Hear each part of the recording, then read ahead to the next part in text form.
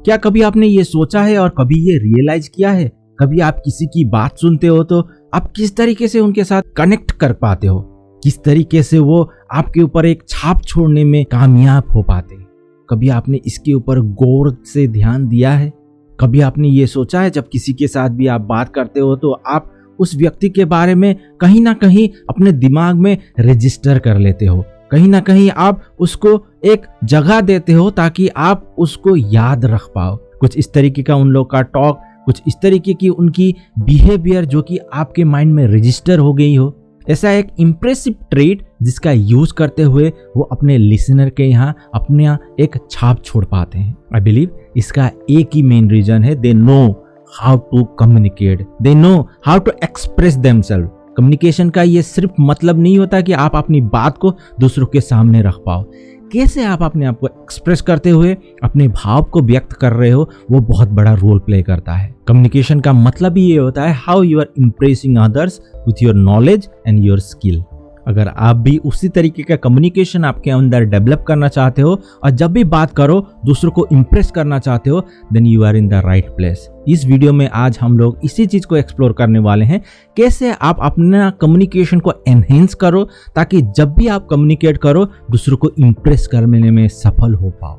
5 techniques and strategies through which you will be able to impress others. क्या आप तैयार हो? If yes, then let's get started with this intro video.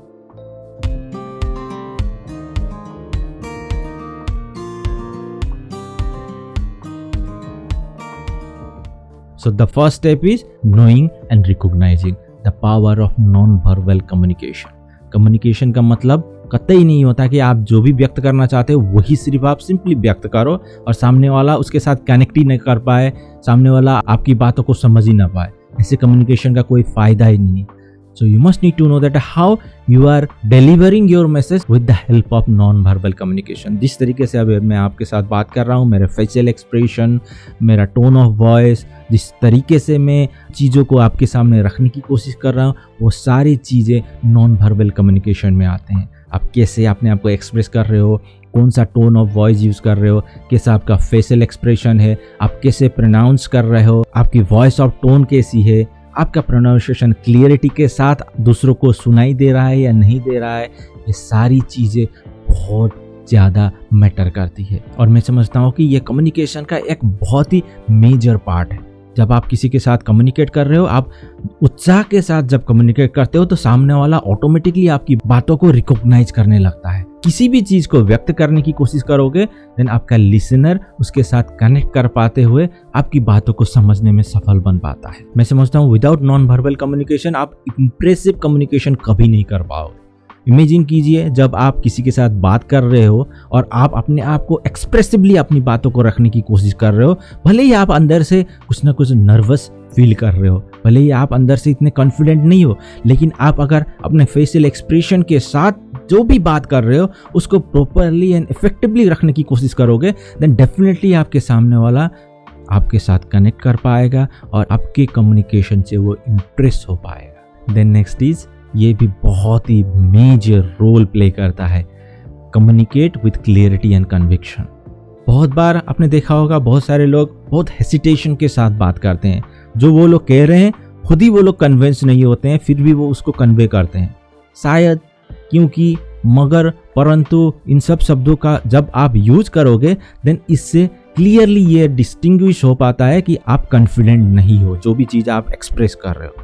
तो जब भी आप किसी के साथ बात कर रहे हो, अगर आप क्लियरिटी के साथ विथ कन्विक्शन अपनी बातों को रखोगे, देन डेफिनेटली आप किसी और के ऊपर एक अलग ही छाप रखने में सफल हो पाओगे। This is the main aspect I would say, क्योंकि विदाउट कन्विक्शन अगर आप किसी भी बात को करोगे तो वो कॉन्फिडेंट आपके अंदर दिखेगी ही नहीं। जब आप किसी भी चीज़ को व्यक्त कर रहे हो, जब आप अंदर से खुद से कॉन्फिडेंट रहोगे, तभी अपने आप में उस चीज़ को फील करते हुए उसी की तरह एक्सप्रेस कर पाओगे। कन्विक्शन आपकी वॉइस, आपकी बॉडी लैंग्वेज, आपके लिए क्लियरिटी हर चीज़ में दिखाई देती है और ये आपका ऑडियंस ऑटोमेटिकली उस चीज़ को भांप लेता है। Then next is presentation skill. बहुत लोग इसको बहुत ही इंपॉर्टेंट मानते हैं, मैं भी समझता हूँ कि ये बहुत ही इंपॉर्टेंट है, लेकिन not like the previous ones. हाँ, ज़रूर आपको प्रेजेंटेशन के ऊपर ध्यान देना ज़रूरी है कि कैसे आप अपने आप को प्रेजेंट कर रहे हो, किस तरीके से आप अपने मैसेज को रख रहे हो, वो इंपॉर्टेंट रोल प्ले करता है। बट ये डिपेंड करता है पर्सन टू पर्सन के ऊपर कि किस तरीके से वो अपने आप को प्रेजेंट कर रहा है। शायद मेरे प्रेजेंटेशन करने का तरीका अलग होगा, आपका प्रेजेंटेशन करने का तरीका अलग होगा। आप जिस चीज़ को जिस तरीके से समझे हो उसी तरीके से आप अपने आप को रखने की कोशिश करोगे। मैं जिस तरीके से किसी भी चीज़ को मैंने समझा हुआ है उस एंगल से मैं रखने की कोशिश करूंगा। तो हर इंडिविजुअल का अलग अलग परसेप्शन होता है। मैं समझता हूँ कि ये व्यक्ति के ऊपर डिपेंड करता है कि कैसे वो अपने आप को प्रेजेंट कर रहा है। लेकिन प्रेजेंटेशन भी एक रोल प्ले करता है अगर आप किसी को इम्प्रेस करना चाहते हो। किस तरीके से आप अपनी बातों को प्रेजेंट कर रहे हो ये मैटर करता है, क्योंकि जब आप इम्प्रेसिवली अपनी बात को रखोगे ऑब्वियसली दूसरे वाला, सामने वाला, जो भी जिसके साथ भी आप बात कर रहे हो वो आपकी बातों को रिकॉग्नाइज करते हुए आपके बातों से इम्प्रेस होगा। नाउ ये पार्ट बहुत ही इंपॉर्टेंट है। मैं समझता हूँ कि without this you won't be able to impress others. This is story telling technique.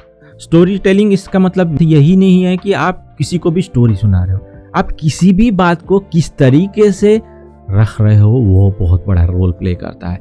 Story telling presentation का एक बहुत ही अभिन्न अंग होता है। जब आप किसी भी चीज़ को रख रहे हो, किसी भी चीज़ को व्यक्त कर रहे हो, किस वे से, किस अंदाज से उसको प्रेजेंट कर रहे हो वो बहुत बड़ा रोल प्ले करता है। अगर आप अपनी बात को सहज अंदाज में, ताकि आपका ऑडियंस, आपका लिसनर उसको समझ पाए, then definitely you are going to impress others.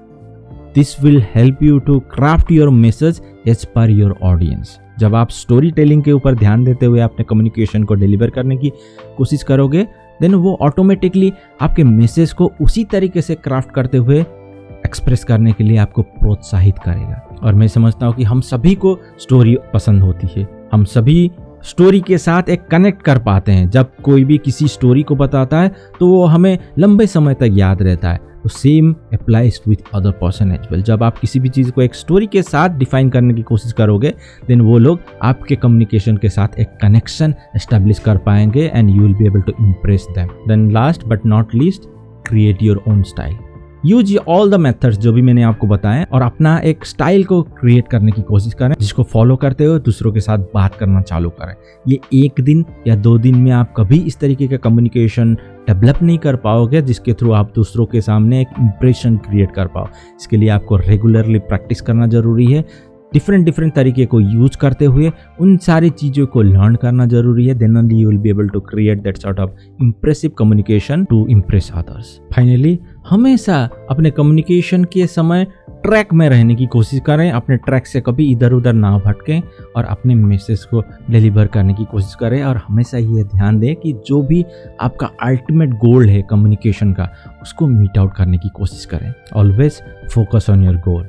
So next time, whenever you are communicating with anyone, try to focus on that goal, the ultimate goal जिसको भी आप achieve करना चाहते हो, and try to deliver your message to impress your audience. अगर video अच्छा लगा है तो जरूर लाइक करें, शेयर करें। अगर आप कम्युनिकेशन के ऊपर एक्सप्लोर करना चाहते हो तो ये राइट में दिया हुआ वीडियो जरूर जाएं, चेक करें और उसको देखें और अपने में उस कम्युनिकेशन को डेवलप करने की कोशिश करें। अभी तक आपने मेरे चैनल को सब्सक्राइब नहीं किया तो जरूर सब्सक्राइब करें और बेल आइकन को भी दबाना ना भूलें ताकि इस तरीके की वीडियो आपसे मिस ना हो। आपके समय के लिए और वीडियो देखने के लिए धन्यवाद। मिलते हैं नेक्स्ट नए वीडियो को।